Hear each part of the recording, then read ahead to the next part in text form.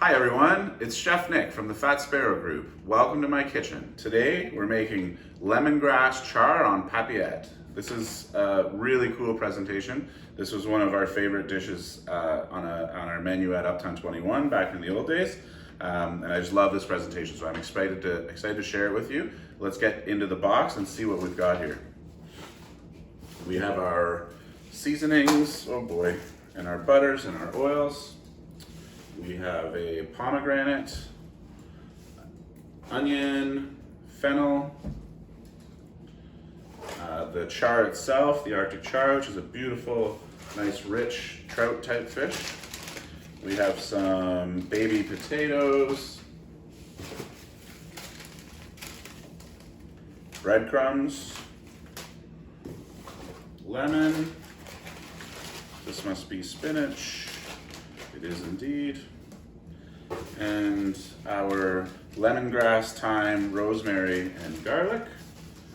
And then our parchment paper for folding up the char. All right, let's get cooking. We're gonna slice our potatoes into about 1/2 centimeter thick pieces. These are baby red potatoes. They're a lovely potato for this. They have a bit of a sweetness and they're not too starchy.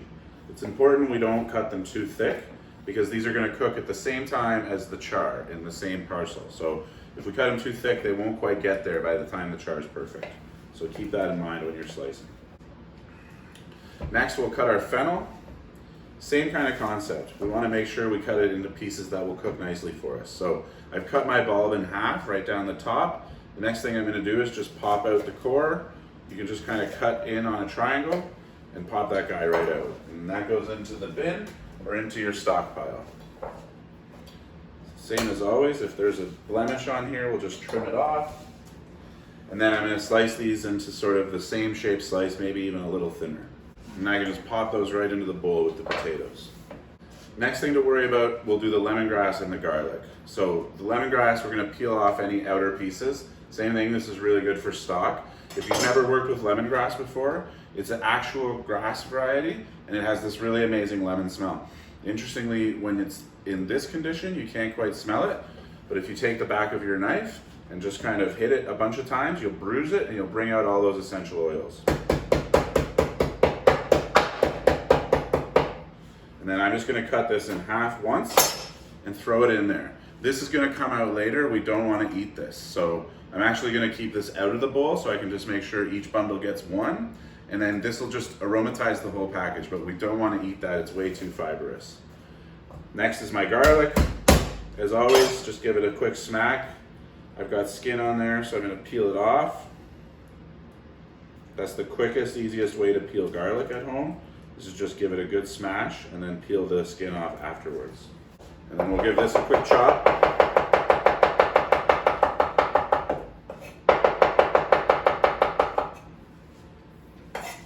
And into the bowl. Now we'll process our thyme and rosemary. It's as easy as just peeling the leaves off the stems and giving it a quick mince. So now that I've got my herbs all picked off their stems, I'll just give them a quick chop and then into the bowl they can go. These are all the veggies that go into the package with the char. So now that they're all together, I'm going to throw some olive oil on there and our salt and our pepper. If you enjoy this recipe, you could really play with any amount of ingredients that go in there, and it'll be just a really nice sort of aromatic mix of things that get steamed and baked together. So this is all nicely mixed. I'm going to set this aside and get the next things going. I'm going to slice up the onion for our salad. Cut it in half, take off the top and bottom, and just peel off that outer layer. Oftentimes onions will have a sort of secondary layer that looks like an onion, but it has a papery texture. You should get rid of that too because it'll never really break down, it'll never taste very good. And then I'm just going to slice these as thin as I can. And we'll just put those onions aside for later. Now I'm going to just prep up my lemon. We're going to slice some of it up to go inside the package with the char, and we're going to keep some of it as a garnish on the side just to squeeze on for that nice acidity. So that'll do for the char, and then just a couple wedges for the side. And then the final little bit of prep to do before we get packaging up our fish is just to get this butter sliced into a few pieces. Basically, anything you can just divide it evenly amongst your packages. It's all gonna melt anyway, so it doesn't really matter. I've cut mine into 4 little pieces. Now let's get ready to make our char. So now we're gonna bundle up our fish. This is the really cool part of this dish, and it's a really, really remarkable presentation at home or in a restaurant. On Papillote just translates from enclosed in paper, and it just means that. So we take our parchment paper, you can really put anything you want inside of it, although it's most classically done with fish. And then we're gonna seal it up by crimping all the edges, and then we bake it. And while it bakes, it just kind of puffs up really nicely, and all of those flavors are just steaming away and bubbling away. And then when we pull it out, we'll cut it open tableside, and your guests will all be hit with this beautiful punch of aromatic steam. So we lay our parchment paper down. We take a little bit of these ingredients here. In this case, I'm going to be using about half of these. You're going to kind of spread it out in just to the side of the center. So then we'll take one of our pieces of fish and tuck it in sort of to its side. I'm going to take some of that lemongrass. I'm going to lay it in front so that when I open this package later, I know where it is to remove it. I'm going to take a couple of tabs of butter. We're going to season the fish with salt and pepper again. You can do this to your liking, but remember, we didn't season the fish, we only seasoned the veggies, so it definitely still needs it. And then a couple slices of lemon, and I'll just kind of tuck those on top of the fish and the potatoes. And again, we're not going to eat those, we'll pull them off afterwards. I'm going to wash up and then we'll seal this thing. So I've got all my ingredients loaded in here. I've made sure it's all kind of sitting left of center, right of center, because we're going to fold this over now, sort of like a book. So it gets folded over, and then it's simply a matter of crimping the edges. So at first it seems like it's never really going to work and hold, but I basically just roll it in a few times on the one side, and then just kind of start going around, twisting it in as you roll. And each fold I do kind of secures the fold previously. And then by the time I'm done, I've got this nicely sealed little package with no staples or no nothing. Once I'm done, I will go back and kind of make sure everything's nice and tight. And when I'm doing this end, I'm making sure to kind of roll it in on itself so that it's got no holes, because we don't want any holes in this bad boy or it won't do the puffing and the steaming. So it's quite important that we get all these crimps nice and tight.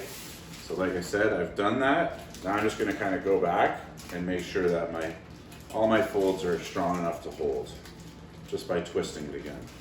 And what kind of started out looking sort of sloppy and kind of chaotic ends up looking pretty cool at the end. It's not quite origami, but it's pretty nice. These guys are ready to go in the oven now. So oven's preheated to 350 degrees. I'm gonna set the timer for 17 minutes. Everybody's oven's a little bit different, and everybody's package will look a little bit different, but generally speaking, these things are cooked when they're puffed up and you can sort of see the steam percolating away inside the package. So if you can't trust your oven, you can trust your eyes. Once it's bubbling and steaming and percolating away after a few minutes of that, it's generally gonna be cooked. This is going in the oven. I'm gonna set my timer. So our char on Papillote is in the oven. Now let's deal with our salad. We're gonna pop this pomegranate open. I know pomegranate's a fruit that everybody sort of loves, but then again, everybody kind of struggles with how to de-seed it. So my best way to do this is to, first of all, I just kind of score the outside of the fruit the way I did, and then I'm gonna rip it apart, and then I've got a pretty nifty trick to show you of how to get the seeds out. So I've scored the outside, now I'm just gonna rip this guy apart. We do have to be careful of the juices because these will stain your shirt pretty good. I'm wearing black, so I'm lucky. I found my heaviest wooden spoon, surprisingly not very heavy. At work, we've got much better spoons. This one's been through the ringer, look at that. Man, oh man. All right, so what we do is you're gonna take your piece of fruit and you're gonna hold it over top of a large bowl with your hand underneath it. Then you're gonna take your wooden spoon and you're gonna beat the crap out of it. So I am just gonna hammer the bottom of this thing and it's gonna release all of the fruit from within it into my hand. Watch your fingers as you're going. But as you can see, that's working really well. I'm getting almost all of my fruit out already. Because I'm hitting it into my hand, there's not a lot of splashing going on, and I'm pretty confident I'm not gonna hit my knuckles. And if you look, I've got about 90% of the fruit out now. So a couple more squeezes and most of it's all released. The rest of that I'll pick out and eat myself and set aside for a snack later. Now it's simply a matter of going in and pulling out these big bits of membrane, but they're in pretty big clusters, so this is a pretty easy job now. Our pomegranate's all seeded out now. We've got this beautiful bowl of fruit. I'm gonna add my onions to that. And I'm gonna go ahead and put my dressing on it too. So into the bowl goes the dressing. And then I'm even gonna put my spinach on top. I'm not gonna mix it yet because I don't want the spinach to start to wilt, but I am gonna put it on top so that when I'm ready to plate on Papillote, this is totally ready to go and I'm not waiting around for it. So into the bowl goes all the spinach, and then we'll set this aside for when we get ready to plate. So our trout's about finished. I'm just gonna toss up this salad now so that it's done and ready to go. I always make a mess when I'm tossing salads. You should always start with a bigger bowl. I'm just gonna put a little bit of that in a bowl for a single portion. And I've decided to keep the salad on the side and not on the plate with the char, just because you're gonna have all that paper on the plate. I don't have to wanna fuss with it while I'm poking my salad around. So that is lovely. I'm gonna set that aside, and my timer is about to go off. Well, our timer's gone off, our char looks fantastic. I'm gonna take one and put it directly to the plate. The less we fuss with this thing, the better, to keep all that steam intact, so no need to go to a cutting board. So our package is here, it's looking good. I can barely smell anything, which is really the remarkable part, because all of that's gonna come out when we cut it open. So take a nice pair of sharp scissors and just cut right into the package. And then we'll cut from side to side, making it open up a little bit bigger for us.